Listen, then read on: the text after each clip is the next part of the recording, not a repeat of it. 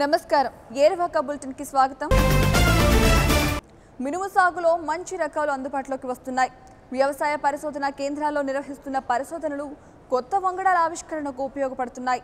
గుంటూరు లాం పరిశోధనా కేంద్రం, తిరుపతి వ్యవసాయ పరిశోధనా సంస్థలు మినుములో 2 రకాలను రూపొందించాయి. ఈ వంగడాలు పల్లాకు తెగులు, బూడిద తెగులను తట్టుకుని దిగుబడినిస్తాయని శాస్త్రవేత్తలు చెబుతున్నారు. నాణ్యమైన దిగుబడులు వస్తాయని భరోసా ఇస్తున్నారు. ఆ కొత్త వంగడాల సంగతేంటో తెలుసుకుందాం.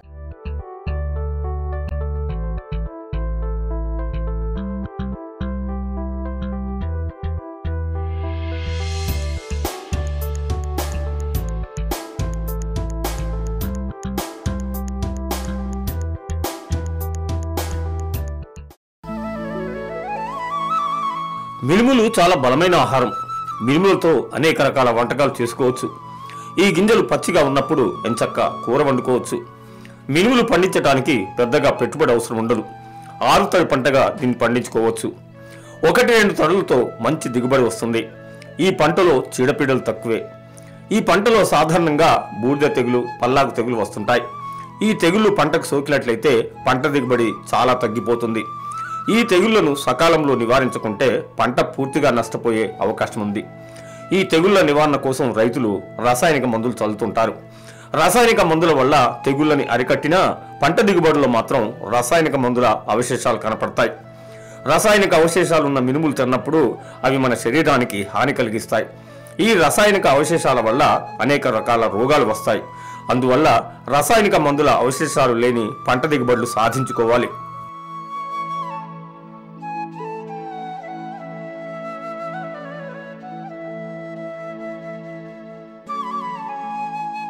సహజ సిద్ధంగా ప్రకృతిలో దొరికే పదార్థాలతోనే పంటలో వచ్చే అనేక రకాల తెగుళ్లను అరికట్టుకోవచ్చు. ఈ పద్ధతి ఎప్పటి నుంచో అనుసరిస్తున్నారు. కానీ ఈ మధ్య కాలంలో రైతులు పురుగు మందులు, తెగుళ్ల మందులను విచక్షణారహితంగా ఉపయోగిస్తున్నారు. ఈ మందులు పంటకు మేలు చేయకపోగా హాని చేస్తాయి. ఈ రసాయనిక మందుల వల్ల నేల, నీరు, వాతావరణం కలుషితమవుతాయి. కాబట్టి రసాయనిక మందుల వాడకం తగ్గించుకోవాలి. తెగుళ్లని తట్టుకుని పెరిగే వంగడాలను ఎంచుకోవాలి. అటువంటి మినుము రకాలను ప్రకాశం జిల్లాలో వ్యవసాయ శాస్త్రవేత్తలు ప్రవేశపెడుతున్నారు. మినుము పంటను 4 కాలాల్లోనూ సాగు చేసుకోవచ్చు. ఖరీఫ్లో సాగు చేయాలనుకుంటే జూన్ 15 నుంచి జూలై 15 వరకు విత్తుకోవచ్చు. రబీ పంటగా సాగు చేస్తే అక్టోబర్ నెల విత్తుకోవడానికి అనువుగా ఉంటుంది. వరి కోసిన మాగాణి పొలంలో సాగు చేయాలనుకుంటే నవంబర్ నుంచి డిసెంబర్ మొదటి వారం వరకు వేసుకోవచ్చు.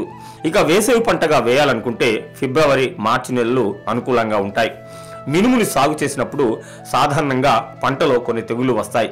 మినుములో ప్రధానంగా బూడిద తెగులు, పల్లాకు తెగులు కనపడతాయి.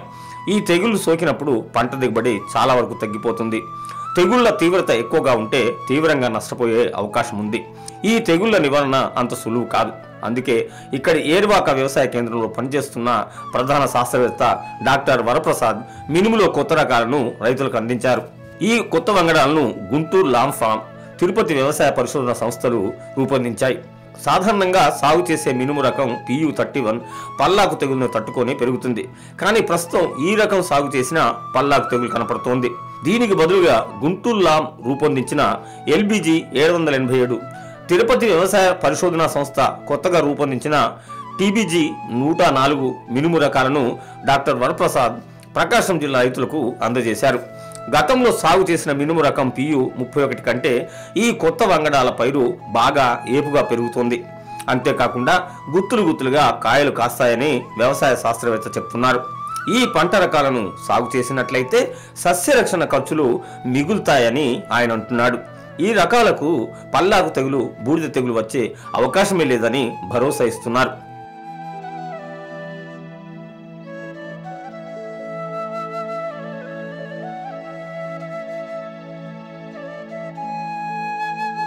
LBG 787, TBG 104 మినుము రకాలను సాగు చేసినట్లయితే 70 నుంచి 75 రోజుల్లో పంట చేతికి వస్తుంది. ఇంతవరకు అందుబాటులో ఉన్న మినుము రకాలను సాగు చేసినట్లయితే 4 నుంచి 7 క్వింటాల దిగుబడి మాత్రమే వస్తుంది.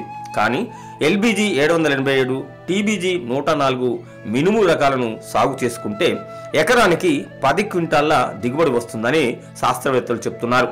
ప్రస్తుతం సాగు చేస్తున్న వంగడాల కంటే ఈ వంగడాలే అధిక దిగుబడినిస్తాయని నిపుణులు చెప్తున్నారు. ఇక ముందు రైతులు మినుము సాగు చేయాలనుకుంటే ఈ రకాలను వేసుకోవాలని వారు సూచిస్తున్నారు. ఈ కొత్త వంగడాలను చూసిన తర్వాత రైతులు వాటిని సాగు చేయడానికి ముందుకు వస్తారని వారంటున్నారు. నిరంతరం సాగుతున్న వ్యవసాయ పరిశోధనలు కొత్త వంగడాలను రైతులకు పరిచయం చేస్తున్నాయి.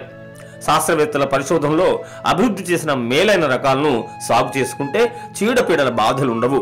చీడపీడల నివారణ కోసం పెట్టే ఖర్చులు కూడా తగ్గుతాయి. అంతేకాకుండా అధిక దిగుబడులు దక్కుతాయని వ్యవసాయ శాస్త్రవేత్తలు చెప్తున్నారు.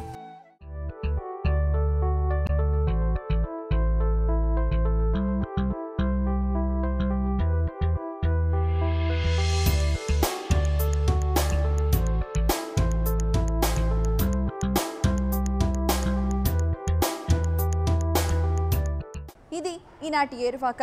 మరిన్ని విశేషాలతో రేపు కలుద్దాం. సెలవు.